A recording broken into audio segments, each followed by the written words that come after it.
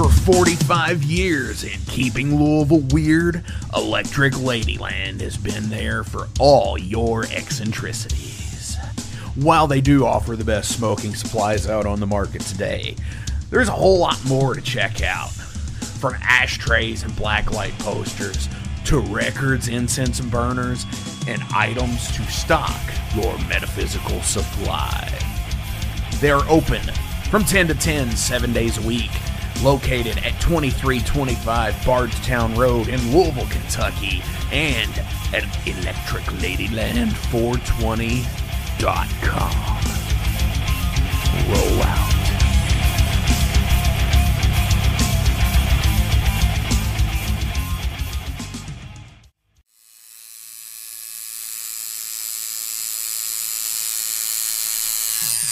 Hey metalheads, you like tattoos? Of course you do. If you're in the Louisville, Kentucky area, come on over the bridge to Clarksville, Indiana, and get you some ink done at Ageless Art. If ink isn't your thing, they have a piercing studio as well. Visit agelessartclarksville.com to see some frequently asked questions, meet the staff. The shop is open Monday through Thursday, 12 to 8 p.m., Saturdays, 12 to 10 p.m., and Sundays, 12 to 6 p.m., all appointment-only spots. You can set up your appointments by phone at 812-283-1793 or email agelessarttattooandpiercing@gmail.com and someone will get you set up for your first or your next tattoo or piercing.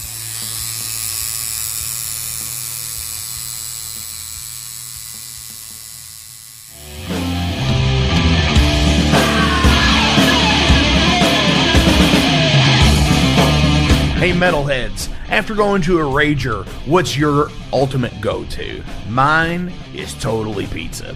So when Overload is playing, or I'm promoting the Metal Forge live showcases, or the big goddamn metal show, I go to Pizza DoNisi. Pizza DoNisi is gourmet artisan pizza from right here in Louisville, Kentucky. It features things like the pizza of the month, to sandwiches, and also vegetarian and vegan options, which is so totally fucking cool for all of it's awesome pizza. You definitely want to go. Hey, and also from time to time they do cannolis. Oh, so fucking good. You know what they said, man? Leave the gun, take the cannoli. Yeah, just like that in Godfather. They're located right next to the Mag Bar at 1396 South 2nd Street. So either stop in or call in at 502-213-0488. They're open till midnight. The witching hour. Heineken? Fuck that shit! Pabst Blue Ribbon!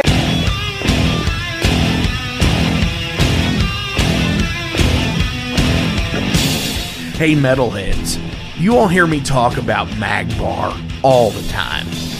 It is the home to the Metal Forge live showcases and is an integral stop in the Ultimate Underground Metal Tour schedule. They obviously feature live music, but the Mag Bar also has daily specials like Pint and Slice Night on Tuesdays with Pizza DoNisi. But they also do Bring Your Own Vinyl on Thursdays with DJ Kent Jackson, and Finer Things Sundays. Located right next to Pizza DoNisi at 1398 South 2nd Street, open 3 p.m. to 4 a.m. 7 days a week. Get your asses out to the Mag Bar.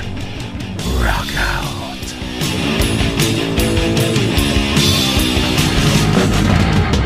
In a broken wasteland, I come to my fire and place your blood and steel upon my pyre. Oh, that is the metal forge. This is the metal forge. This is the metal forge. This is the metal forge. Metal forge.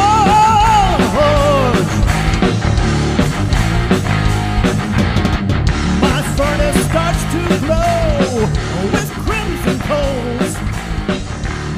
What's going on, metalheads? Thank you all for tuning into this week's episode of the Metal Forge. My name is Mark Jackson, and I am your host.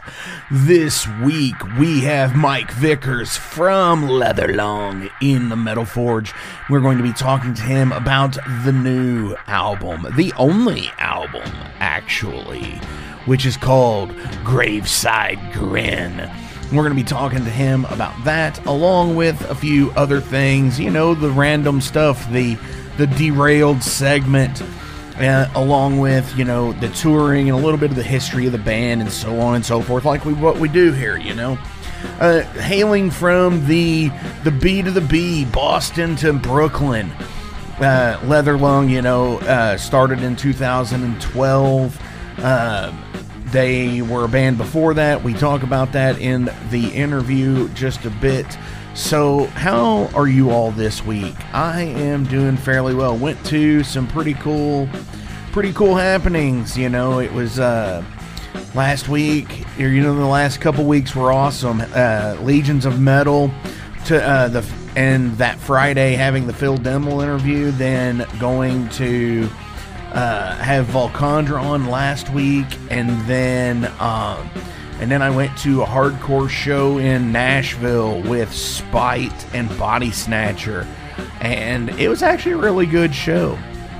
Some pretty cool shit. It was an East Side Bowl in Nashville, and such a rad venue. I want to go to the one in Ohio, the one that books shows up there, and see if they're the same way, because it had this cool 70s aesthetic and everything. But, so, yeah, anyway, a little bit of weird shit happened last Friday night for me. So I put out the Volcandra episode that day, and I need to, like, seriously free up space on my phone and everything, right? Because I have so many people sending me things, sending me messages and downloads and stuff, and that's usually the first place I get. And I also edit a lot of video on there, so that takes up a lot of space as well. So I'm sitting here uploading to the Metal Forge 1, the main computer here, and I just plug in my phone and I start syncing all of the fucking pictures, and I'm just gonna offload all of that shit, right? And my fucking hard drive disappears and is like gone.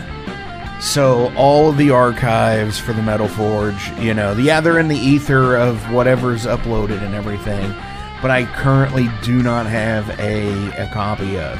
So, like, I really need some help, possibly. I am going to try one thing with it that I was recommended by a friend to see if it comes back. And so yeah, other than that, no, I also came home from the show Sunday and was just like, I need to do something here with my computer. And now the fucking screen goes out, and it's like, son of a bitch, man, what the fuck is going on? It's like, is it the Northern Lights from this past weekend? Are they fucking with our stuff? I mean, are they gremlins? But I will say that I did go to Goodwill and picked up a significantly better monitor for $15. So, fuck yeah. Win-win all around, I guess. And the hard drive, I'm hoping I can get it recovered. It would really be nice, but in the meantime, yeah, I am doing that thing where I am uploading my database and all of that shit to an online storage somewhere. So if I ever do have this happen again, I can just, you know, snatch it down and say, fuck, man, we got to get this fucking shit back. Because ultimately, I think that's the biggest thing. You know, most of us don't keep pictures, like actual hard copy pictures anymore. It's all an image on the cloud somewhere or on our phone. It's all digital.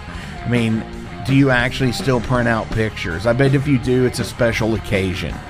Whether it be flyers or, you know, just like family pictures of like you and mom or you and dad or you and your siblings or grandma and such. I mean, do you all still go to like the photo development place or anything? Do you still take film pictures? I know some of you out there do. I know Johnny in Louisville does. So, and I try to occasionally. But yeah, I digress. We're gonna go ahead and get into the leather lung here before I just start yammering on about other cool shit and other shit that. Crazy shit that's happened to me and whatever else. But yeah, thank you all so fucking much. Thank you all for pushing the buttons on the YouTube, you know, subscribing, liking, sharing, following for all of the Flamekeeper Podcast Network. Go to flamekeeper.vip, $1, $2, $5. You get some extra content. You'll get downloads from my band Overload and Jason's band Temptations Wings and whatever. You know, we also pass along our download codes from the albums and such. I know he does on his unsleeved videos, so if you're not into the know with that, check out the Aelhorn Unsleeved. Yeah, totally rad shit. And he should have an episode coming out on Saturday the 18th, I believe. Fuck yeah. Awesome stuff. So much rad-ass content. It's youtube.com at Flamekeeper PN. You'll get video versions of the Metal Forge when they go up. You'll get all your audio versions of the Metal Forge on there as well, along with Spotify and all that stuff. You get the Aelhorn, the maybe soon to be coming back Mudhorn Special Edition episodes. You'll get ossont&battery and Metal on a Budget. And hell yeah, along with their unsleeves and any other archival live video that I plan on releasing of just concerts I've been to. Not usually full songs, but you know, stuff in the short territory. So fuck yeah. Keep on kicking ass, everybody. Take care of each other. I love you. Let's go ahead and get into Leather Lung here. And if you know, you know. And this is Spit in the Casket.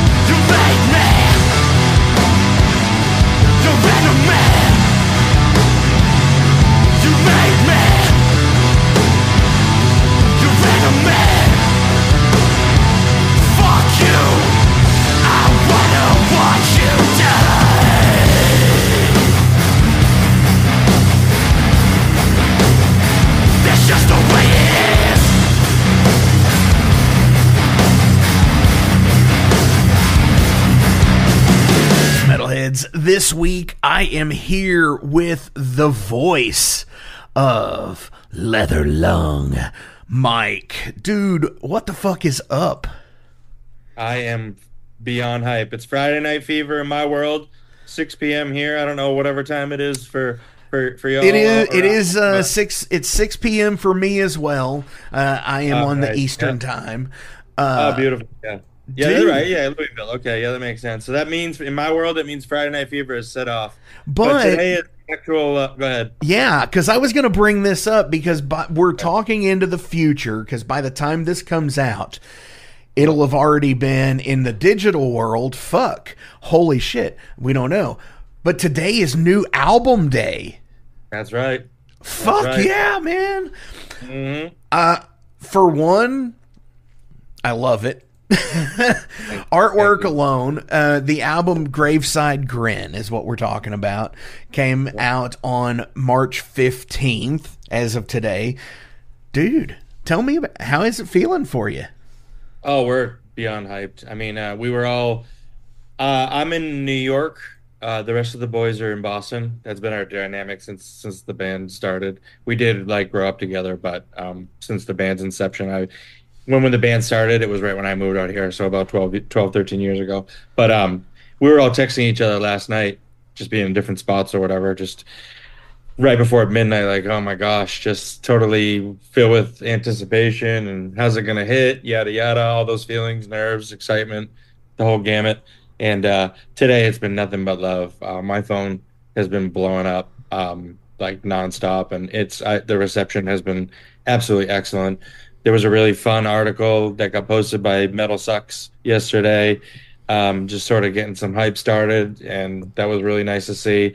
We had a couple of really good reviews that felt really thoughtful, that, I was like, wow, these people genuinely, listen to it. And just overall, there's a few diehard fanatics out there who we always really love and appreciate. Then when they come back and give us their review, it's like, okay, if there's a few people that we want, if they're giving the thumbs up, then we know it's a win. So today's been great. No complaints. Nothing but hype. So I put on my review, because when I get stuff from people like Austin at Secret Service, I get the thing of 300 character max type shit. And it's so it's really blurb testimonial type stuff.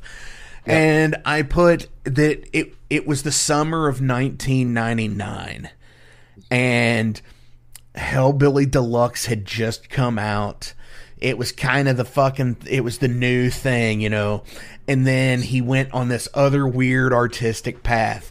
And if you all were inserted in that place, that would have been the same trajectory, that heavy doomy zombie, the Rob/White Zombie feel, and it's just the vocal is fucking you're making me insane. so happy.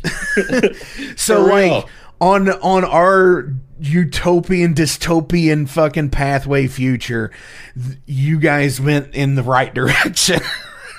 Yep. Well, thank you. I appreciate that. No, and that's a huge influence. White Zombie. Oh man. Absolutely. Early Rob Zombie and White Zombie shit is such a big influence on me, for real. Oh, for sure. Nailed it. Before it turned into whatever it turned into with the, I don't know, he was always a crazy fan of the remix stuff. Right. Yeah. No, I didn't keep up once it started to get into that realm. But the classics have always stayed. Oh yeah. You'll never get much better than those two zombie albums, honestly. I mean, for the 90s, that was And like I said a moment ago, as we started rolling and I had introduced you, we were talking about albums and such, and you had asked me about the Midnight album, and totally haven't got a chance to check it out yet. Sorry, dudes. There's a lot of shit going on. There is a lot of shit. I mean, not only do we have your album, of course we've got the biggies like fucking Priest that came out last week. So there's also new Ex-Hoarder, there's new Aborted, there's just so many fucking, there's so much content out there. It's almost like, for me, with being talking to so many bands, it's just like, hey, did you get the chance to check this out? No, I didn't know it was even coming out, because the feed is so filled with everybody's stuff. Oh, totally. I agree, man. There's so much. I mean, how do you all, when it comes to new album release like this? And honestly, let's go ahead and look at that really fast. I usually consult the Metal Archives, because a lot of stuff they have is reliable. There are the few things out there. So this is your first. No, listen, I have Metal Archives as a quick key on my home screen. Yeah, me too. Yeah, that's what's up. Oh yeah, I definitely trusted service right there, dude. I mean, honestly, it's been going for 22 years. So, yep. I mean, since the inception, and people like the NWOTHM page on YouTube, where they just document all of this stuff. Right. So as it stands, since 2012, with the band's inception, this is listed as the first full-length album. Yep. Definitely. Now, I see other things on here, like, say, Lonesome, Ornery, and Evil. It has 7 songs on it, and comes up to close to 30 minutes. So, but it's still considered an EP. So, how does this feel, releasing the first full-length album 12 years in? Oh, it feels really good, and it feels right. I feel like this is something I've repeated a few times, but for this one, the big thing was bringing on a 5th member. We brought on Greg on lead guitar, and that whole experience of bringing him on amplified everything that we were doing. Not only did it amplify the sound in the ways that we wanted to, but it also amplified the songwriting and amplified our time spent in the rehearsal space. It just really lit a fire in us in like a way that we didn't maybe necessarily see coming. And with that, we were just had so much material, and when it came time and ready to record, we were in a place that we've never been before. Every time it became time to record prior, we were just never in this strong of a place, in the sense of I don't mean like rehearse wise shape. I just mean like the amount of material that we had coming to the table. Even on those like Lonesome, Ornery, and Evil, I believe it's technically 6. Is it technically 6 songs, because was there an instrumental track? There's instrumentals, granted, yes, we're putting a lot of effort into those, but yeah, see, it's 6 songs, and it's like, well, I still consider instrumental songs because they're moods of the album. Oh no, absolutely, I do too, and we put a sincere amount of effort into those, but I just meant in the sense of, the full breadth of offering. This one is just grander in regards to, it's like literally 11 track or 10 tracks in an interlude. So I think just the offering in general being so grand, and we were really able to like fully explore a range of songs in structures and ideas throughout that. So it's just a massive expansion on what we were doing, basically. Sure. No, totally get that. But no, so 11 tracks, 10 tracks in the instrumental interlude. Man, I think I listened to it all in one sitting and came back to it again. And before I knew it, it was 3 times through. And it just jams from fucking start to stop. Yeah. And I think that's a great thing to have, and not a lot of bands have that. So when you brought in the second guitar player as a lead player, how did that change the dynamic, other than the new guy, fresh blood in the band type thing? Obviously it kind of it reinvigorated you, but how so?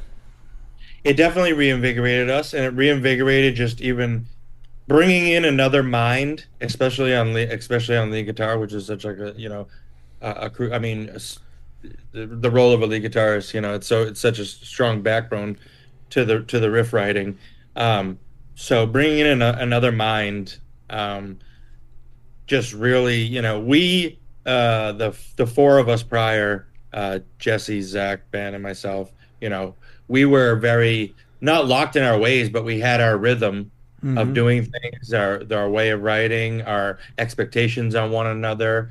And I think just like bringing in another mind that was as eager and anxious to contribute as the rest of us, just I don't know, it just really it really shaped the songwriting by just adding in a new dynamic, his perspective, you know, his set of influences, his experience and talent, like behind the guitar, and just even like on his take on, you know, even when it came time to record, you know, what you know, even when it's coming down to mixing, like his perspective on, you know, does this need to come up and things of that nature. It was just like, he's added so much. It's one of those situations where you're like, it's hard to now think, man, like what would it have been like without having him there, you know, sort of thing. Absolutely. And that is always cool when you can add a new member like that, and it is somebody that everybody gets on with. And because obviously there's that time when, you know, band members, it's like, I'm cool with it, but I don't necessarily like whoever, and it's just like, well, shit, that sucks. But then, you know, for everybody that does that, you get the bands like yours and bands like Maiden that added, you know, brought people back, and now they're 3 guitar players. Yeah, I know, right? Exactly. No, the big thing for us is it's really, and it's the truth, we're friends first. The core of us, we all started as friends first, and it even comes down to Greg. Even though he's been brought on recently in the length of the band, he's been a friend of ours for just, you know, as long as the rest of us has. So, you know, having the backbone of like actual friendship and not just like, it goes beyond a creative partnership. Obviously that's on the table as well, but like at the core of it's friendship as well. So, right. And I think that's a huge part of the dynamic. For sure. Now, you all actually had started a few years prior as Abomination. Yep. Now, but you had changed the name. Was it what was the reason for the name change? Other creative direction? What was it? Yeah, I think it was just such a beyond wanting to put that band or like lay it to rest in like maybe in an informal, formal way, I guess. We also knew that we were going to be doing a big stylistic change, and we weren't trying to sign anybody up for Abomination Part 2.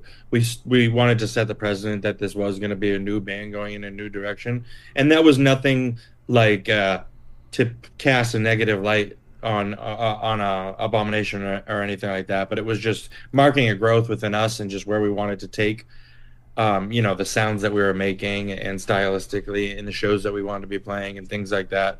It's just the two bands kind of revolve in a different scene, and not in a bad way, you know, again, not in a negative way whatsoever. It's just we really wanted to mark that this wasn't going to be Abomination Part 2, basically. Sure. And that's awesome, because you know, when bands do shift and make those changes, and you know, from the way tip-top bands out there to even, you know, bands in your local scenes and stuff, that when they do that, yeah, it can be drastic, and it's just like, I don't like these guys anymore because they're not extreme death metal, or they or they were too rock oriented and went to metal or whatever, and keep a name. So that was actually really cool way, I think, to explain that. It does. It's like it puts a nice pin in the chapter there. Yeah. I'm always, you know, I definitely understand. I understand their perspective. Certainly, we were not at this level where the namesake had any like grand, you know, social status or integrity or whatever. But you know, I see. You always have I'm sure you can think of bands where you're very surprised, like, wait, why didn't they just call it something different? You know, you've had, I'm sure you've said that to yourself. And so me as a music nerd and fan myself, you know, I wasn't going to hang on to a namesake because of, you know, some tie that it has to a scene or to some popular. Do you think that transcends all levels of the game? Right, it should. I mean, yeah, you know. Does it transcend all levels of the game when you change style so drastically that you become another band? Say Load. Right. Yeah, exactly. You know what I mean? Like, did we feel ripped off being like, wait, I thought this was a metallic. Wait, what the hell? Dude, Yeah. and I hate to be the apologist on them. I actually like their whole career. I can find something on everything that I do like, so I'm not. I hate being that first four. No. Yeah, no. I I tend to lean on not being a hater. No, yeah, exactly. Because I think there's merit in everything. Crap, but I mean, it's also like you can't be like, okay, at literally every song, everything. No, God, no, no. Fucking house that Jack built. No, fuck that. No. Hell yeah. Okay. Hell yeah. So, fuck yeah, man. You all have done some pretty cool fucking tributes. You did Hole in the Sky on the Best of Black Sabbath tribute from Magnetic Eye. Oh, yeah. Pissing Gasoline. Yep. Dude, like, some awesome shit here. Hell yeah. So, what do you all have planned for the rest of 2024? We just recently started working with the booking agent, which we're really excited about. That's another first in our career. Any touring prior to this or any runs or anything like that, we've done on our own backs. So they've had, varying successes, and they've also been kind of limited because of that. Sure. So now we're working with somebody, and we're really, really excited about it. And our first major run is going to be in July. We're doing 10 dates all down the Southeast. We're really excited about that. And we have a couple gigs coming up in April. On April 20th, we're going to be playing this festival in Boston, or in Braintree, which is right outside of Boston, called Hop Smoker Fest. And it's going to be at this brewery, Nice. Widowmaker Brewery. Really cool. Acid Witch is the headliner on our day. Nice. And following day is Ruby the Hatchet, Summoner, some of our local friends, Mother Iron Horse, this band called Mast out of Maine. We're really excited about that. And then the following that weekend, we're going to be down in Baltimore at what's going to be the Grim Reefer Fest. Right on. And Weed Eaters headlining that, so we're really excited. We haven't played with them in a long time, and it's always fucking good to see them, and literally any opportunity. So, gonna be a rager that weekend. And then so really what our plans are is getting on the road as much as possible. We got some stuff coming up in April, got stuff coming up in July, and right now we're working on September, figuring out what's September's going to be looking like. So for sure, yeah. Hey, there's always the Wimmer festivals now. Yeah, I know. Back on one thing with the album I wanted to ask about here is, and it just came to me. So, how long in the game is this? How long was the awaited release? Because because there's so many people that are like, yeah, we've been waiting 18 months to put this out. Yep. How long have you all had to wait? This record was recorded and done this time last year, and and I mean even mixing and mastering, we recorded it back in January, it was January of 2023. So it's been a year and some months since we've actually been sitting, we've actually had these songs, in a completed form in our hands. So the better half of a year and some change, basically. So it has definitely been that's so rough. It's tough. It's just very anxious, because it's twofold in the sense that it's crazy that you just want to get the stuff out there. You have your stuff that you're really excited about it, but then you hit a turning point with. Not that you become less excited about it, but you want to start writing again, and you want to start so if you just sort of pull your attention and focus away from all the, attention and focus that was being put on, all the other songs. So it's you get in a totally new headspace. You're sure. Falling from, because now you're just trying to think of new ideas and getting a new, so it's weird on the mind in that sense. We get it. We knew we were going to be signing up for. We know what the expectations were. So, but it is crazy to go through it. You're like, damn, And you're saying 18 months for other bands you've heard. That's even longer than 12 months. Oh, absolutely. 13 months for us, so, you know. Well, and what's crazy to me is like myself as an artist, you know, sometimes if it's a deeply emotional song for me, and if I'm not in that headspace anymore, it could be hard as fuck to sing. And that's the problem that I guess you run into having to wait a year for an album release, is all your shows last year that these were done, you almost don't want to put them in the set because it kind of spoils the tour cycle for the 100%. New album. Yep. Oh, yeah. We totally ran into that. 100%. Just being so jazzed up on this new stuff and being like, but it doesn't make sense to play it. These people they want to hear the songs they know right now. You know, that's why they paid to come. And yet, you know, that's what it is, you know, but I totally, yeah, you get it. Yeah, and that's definitely a fucked up way sometimes to deal with things. But hey, the content is there. That's what makes it go round. And you know, I just dig it. I love La La Land, honestly. Oh, nice. Thank you so much. That's actually, speaking of headspace songs and being in a headspace, and like, you know, it almost makes it a little bit more difficult to come back to. When we started rehearsing that one again, that one was actually one that was like that a little bit for me, where I had to be like, oh yeah, I remember exactly what the fuck I was going through when I wrote this. You know what I mean? Like, I just know exactly what your words were speaking true to me, and especially on that one, La La Land. I'm glad you dig it. Oh. Somebody hit us up today and where they were like, hey, next time you guys play live, maybe you should just consider taking that like solo part and just extending it to an 8-minute jam. I mean, no, people are digging it, so it's great to hear, you know. Dude, that's not a bad idea. I always had the idea to do something like that, where I was going to be in a band where we only played 2 songs. And it was going to be a cover of Shine On You Crazy Diamond in its entirety, which is like 27 minutes.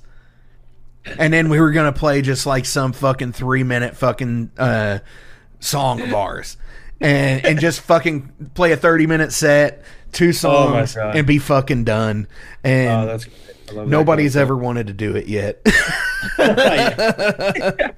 So obviously they're not in that headspace. Yeah, no, I get it. That's rowdy.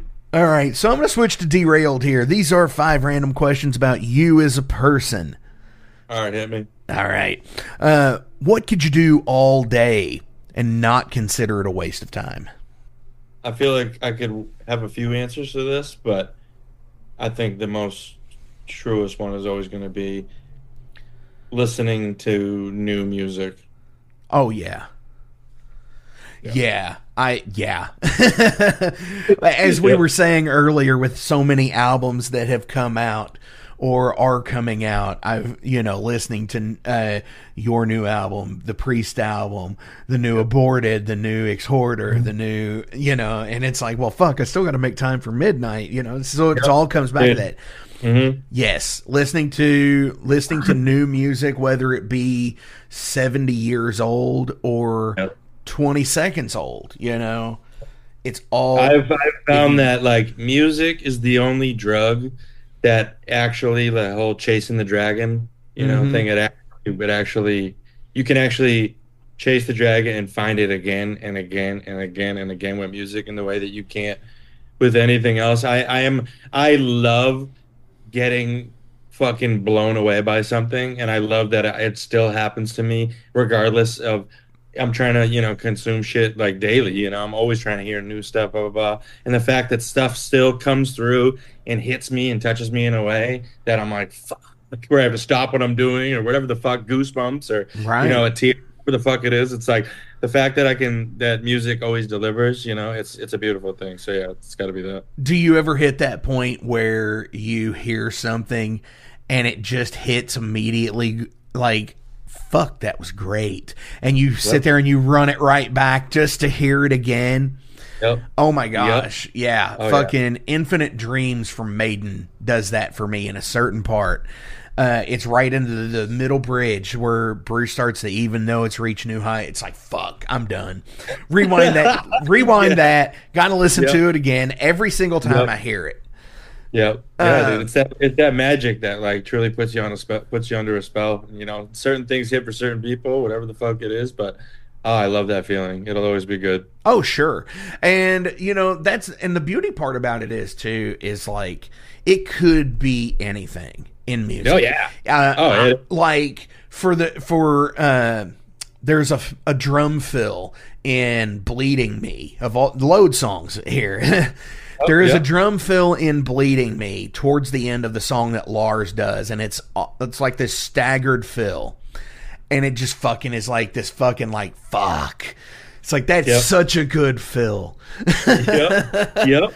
And, I know you. Yeah, and it doesn't have to be because I'm a bassist, you know. So right, dude. Moments like that for me are like even the simplest. A well-timed. Oh, you know what I mean? Oh, like yeah. that, like, you know, if they did it the right amount of reverb, it's timed perfectly. Those will always sure. like, get me. A vocal one I'll give you that I can name off the top of my head is "Rock and Roll Ain't Noise Pollution." Yeah, okay. It's when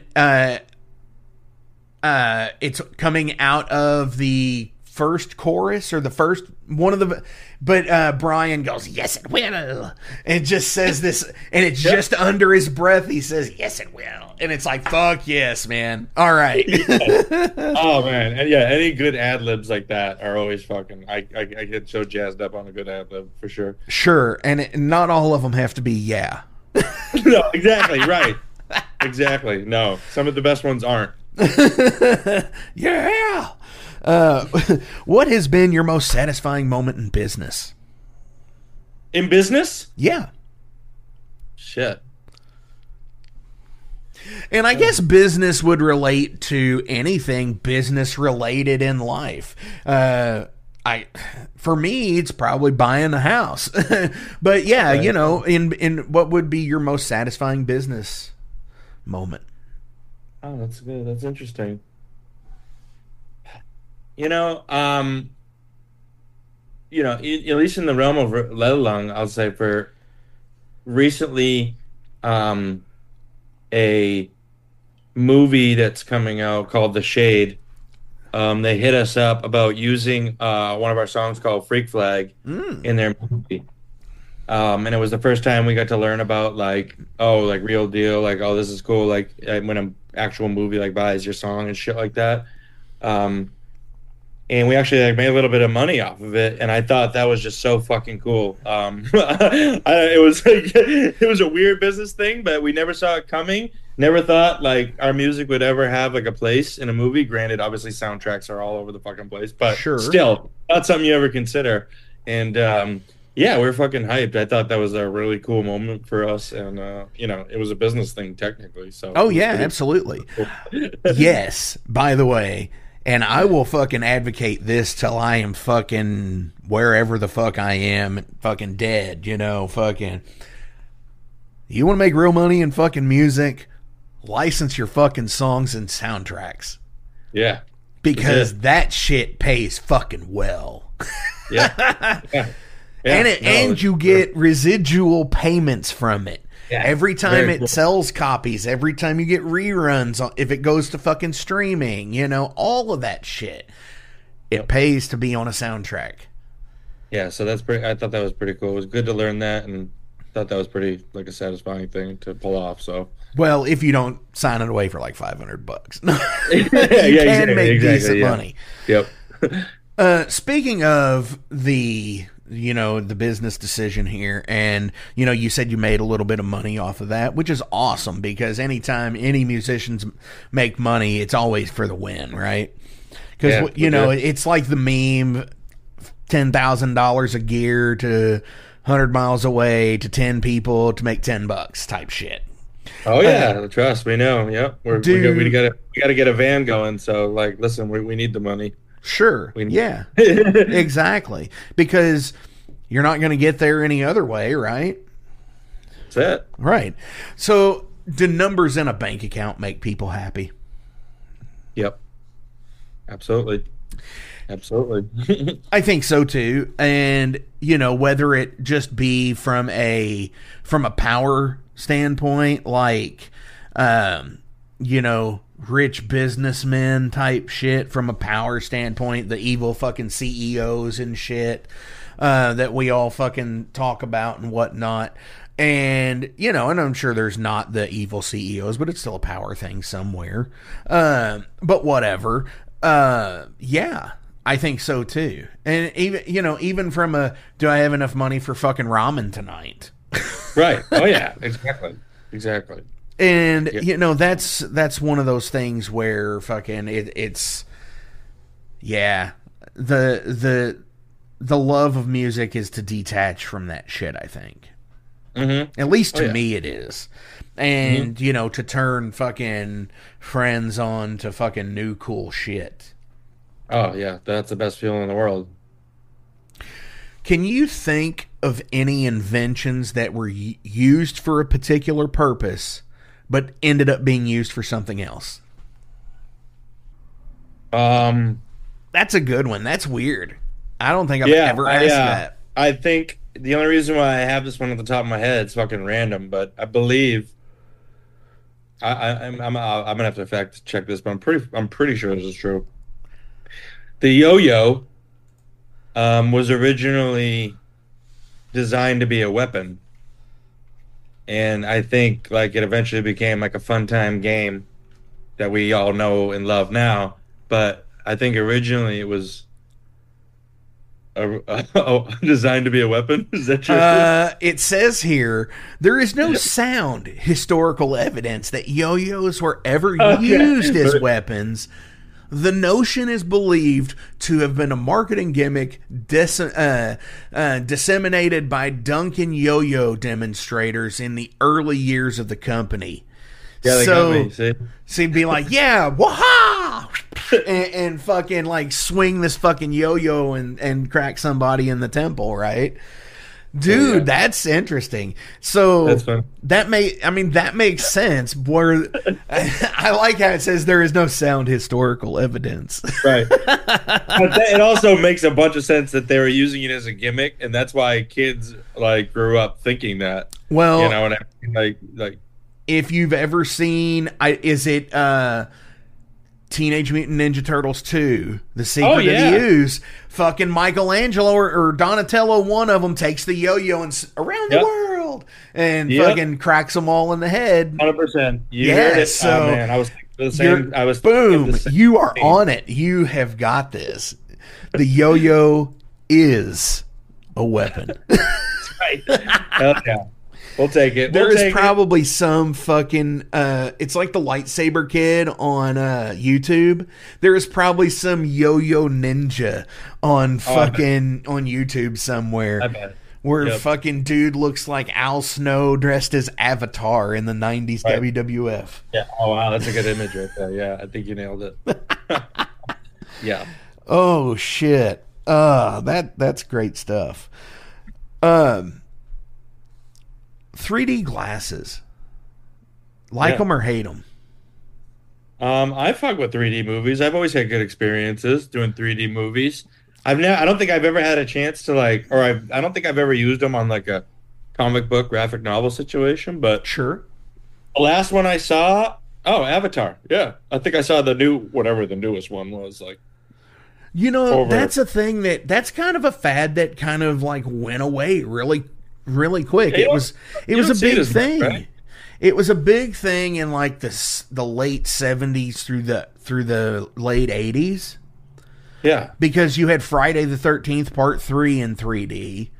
Right. I remember going to one as a kid and like it was at SeaWorld or some shit. I went with my parents, right?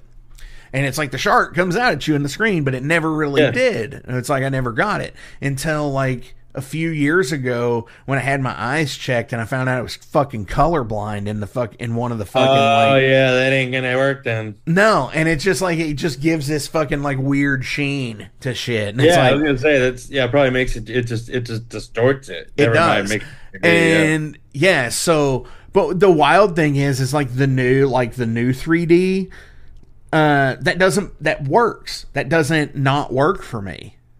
Which is so it doesn't work on the same red blue spectrum. Right. Actually, that makes sense because the glasses that they gave us at the thing, I thought I was like, what are these, like sunglasses? And then whoever I was with was like, oh, this is the 3D. I was like, oh shit, okay, cool. Yeah, I mean that was a thing about 10 years ago, and then it just kind of, I don't know if it was the cost of it that went crazy, but like then all of a sudden you started not seeing so many 3D movies. Yeah, again. I bet you people got pissed off about the plastic glasses. Yeah, well, you were supposed to recycle them. Then I don't know how, then people probably got mad about that in regards to waste, because they would have like a bin at the end of those movies back then where you'd throw them in the bin, and it's just, those are probably, not to be that guy, but I know those are probably like single-use plastic, so I can only imagine like the actual amount of horrible waste that would create. Right, that's a good point. Well, yeah, and the thing about it supposedly being recycled, but you're right, it probably actually is single-use plastic, and yeah, and fuck, they're always trying to get you some fucking where, So I have one more question, but before we get to it, as always, links are listed below, so please give us likes, shares, and follows. Go see these dudes when they are on tour. Go buy the new fucking album because it kicks fucking ass. Go buy it on fucking every fucking medium. Go buy the digital copy, the CD copy, the vinyl copy, the fucking... Do you have cassettes? No, we do have some cassettes actually, but it's of the Die Bar Devil release. That's it doesn't matter. Go fucking buy it. That's what I'm saying. Support these dudes in any fucking way you can because they fucking rip. And dude, Mike, do you have any shout outs or anything else you want to promote today? In regards to promote, like today is March 15th here, and now it is Friday. The album just dropped. If you guys and anybody listening, guys, girls, all the lovely people, if you can go give it a stream, that's a metric that really matters to people. The Spotify numbers, bookers, promoters, record labels, when they hear about your band's name, they go on Spotify and they look at the monthly listener number. So if you want to help us out, stream that shit. Please help us out with that. And also follow us on Instagram. That's where the funny shit goes down. That's our portal to, give you as much information that we can share and whatever. So, and anybody that reaches out, they're going to get reached out back to. We make it a point to respond to everybody, talk to anybody. If people want, but we put ourselves out there for people if they want to talk. So fuck yeah, man. That's it. Yeah. The Graveside Grin today, we're beyond hype with the reception. Let's keep it going. Fuck yeah, dude. Absolutely, man. Fucking, I could, that's amazing. As you said, fucking go stream it, go fucking listen to it. So show the fucking support, because that is what fucking matters out there. Because, for a point in time, for about 3 years, it was like Facebook likes. Right. You had like 100,000 Facebook likes. So you must be fucking somebody. I mean, and then it doesn't mean shit, anymore, really. Yep. But yeah, and now Instagram is kind of the thing for bands. It's a kind of a fun platform. It's kind of like, it's not as Wild West as Twitter or X or whatever you want to call it, which that's just a fucking porn cesspool. Yeah, it's legit. Everywhere you look. Yep. Everywhere. And but yeah, man, so I've been doing a lot more of the Instagram for the Metal Forge than the Facebook stuff, because I'm kind of just done with that part of the social media personally. I hear you. No, it seemed to be transitioning that way, so I get it. Hell yeah, dude. Last question of the day: who did you need to forgive this year?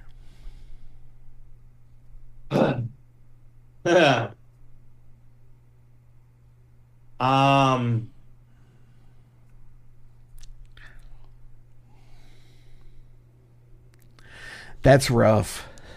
Yeah. I needed to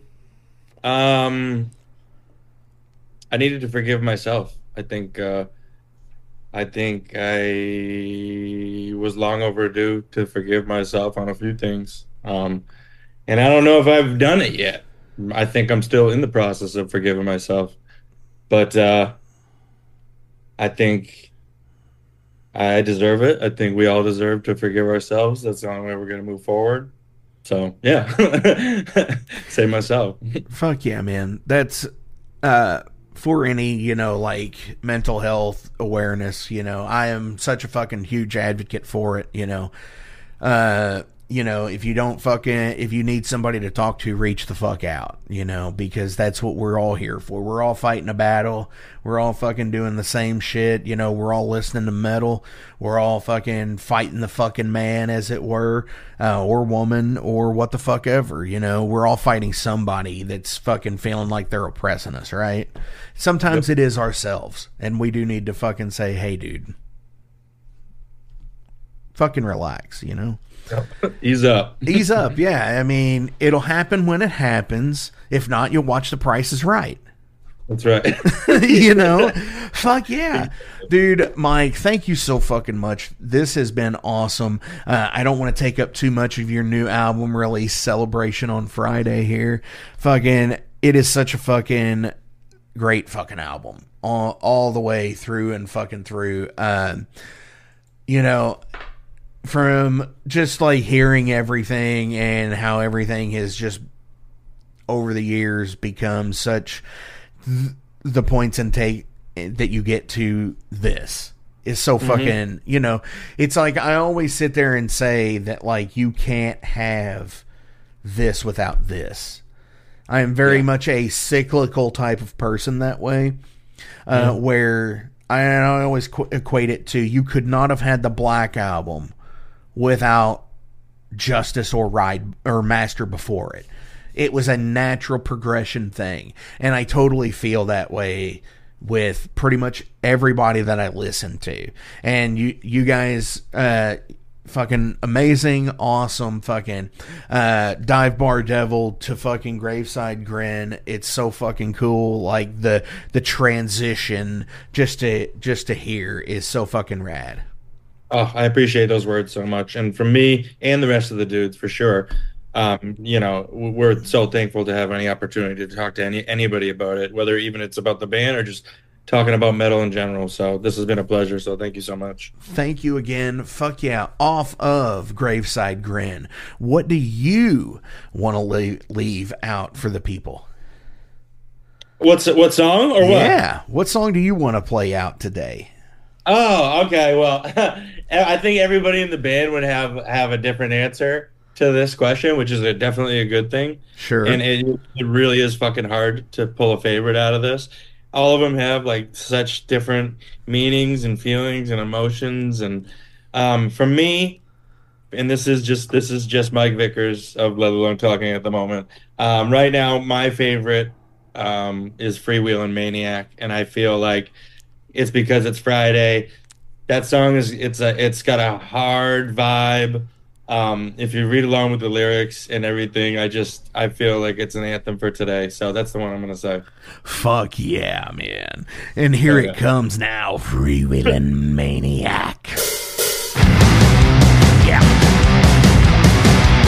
Cruising fast, freewheeling maniac. Speed breeze, zoomed up for the attack. Chug 'em back till cold what's in my pack. Rubber bird, crossfire, tire tracks.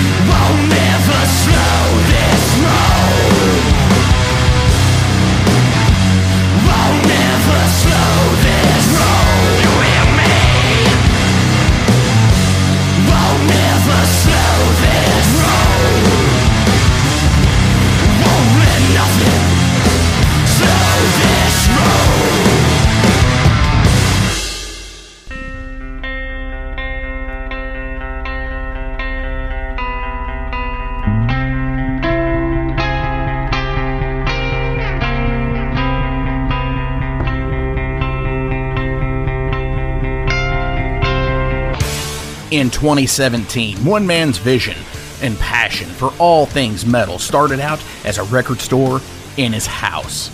Years later, the fight against a mainstream empire continues as Shadebeast. An independent metal collective and online store based in Athens, Georgia, is the world's premier heavy metal brand for music heads that value authenticity over the mainstream acceptance. Featuring original t-shirts from some of the best underground artists, as well as stickers, posters from the Shadebeast Presents concert series. Unique, one-of-a-kind collectibles and small curated selection of vinyl and cassettes from the masters old and new. Visit shadebeast.com and enter promo code SithLord for free domestic shipping on your first order, whether you're a new customer or returning. And be sure to join the Shadebeast social groups on Facebook and the interwebs to keep up with the new release announcements and talk all things metal and Star Wars. You'll never find a more wretched hive of scum and filth.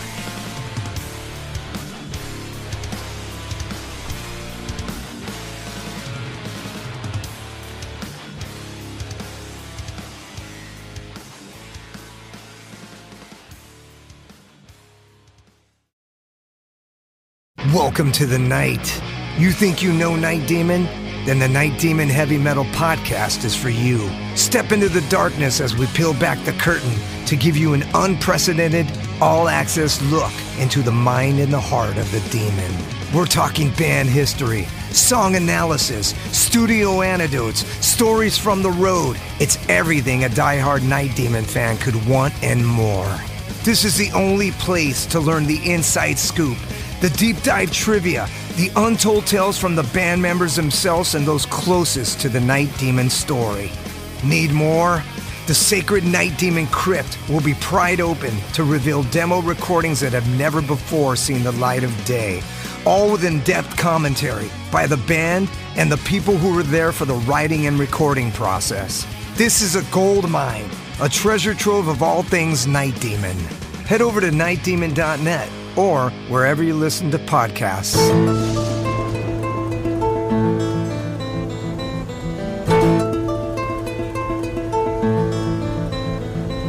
Since 2013, there has been a calling from the underground, from the graves of all those unholy, and they decided to make a zine to talk about all of this. Soulgrinder Zine! An independent metal zine to keep you informed on all things metal and horror from the underground. Available in both print and digital formats, they're bringing you the best interviews and reviews out there today. Not only do they do the zine, but they also do compilation CDs. Check them out at facebook.com/soulgrinder.zine and start your subscription now.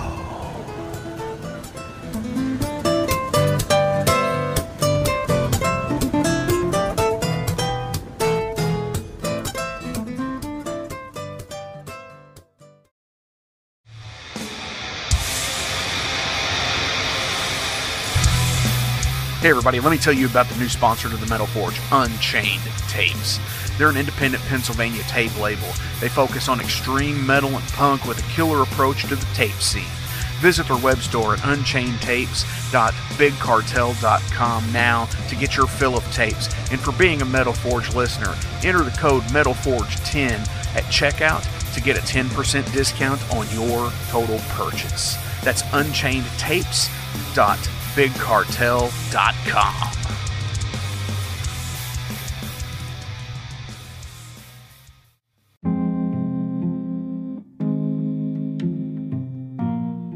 What's up, Metal Forge fans? This is Alan Bishop, the alchemist of Indiana's Black Forest and head distiller at Spirits of French Lick.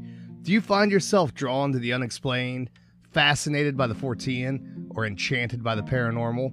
If the things that go bump in the night resonate in your mind, then tune into my brand new podcast, If You Have Ghosts, You Have Everything. Featuring first-hand accounts, collected stories, interviews, history, and speculation related to all things not of this world. Available now on Anchor, Spotify, Google, Amazon, and more. Set back, relax, and remember, if you have ghosts, you have everything.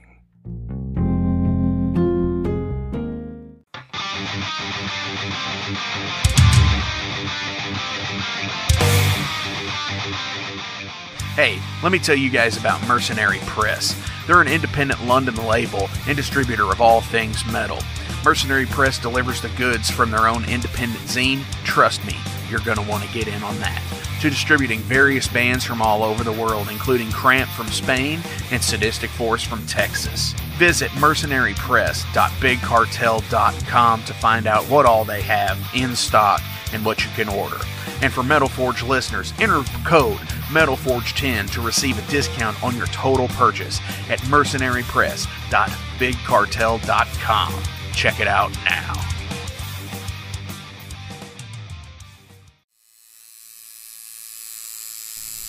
Hey Metalheads, it's with great pleasure I get to tell you guys about a new sponsor to the Metal Forge, Ageless Art, New Albany. After 20 years of owning and operating Ageless Art in Clarksville, Indiana, Phil Garrett had a vision for a new type of tattoo studio. Something that is clean and modern, sleek, refined, inviting. And he's done just that with Ageless Art in New Albany. You can find it at 2736 Charlestown Road, New Albany, Indiana, 47150. Business hours are Monday through Saturday, 11 a.m. to 7 p.m. Sundays are 12 to 6. All sessions are appointment only, so give them a call and go get you some new ink. Or if it's your first time, go get your first one, baby.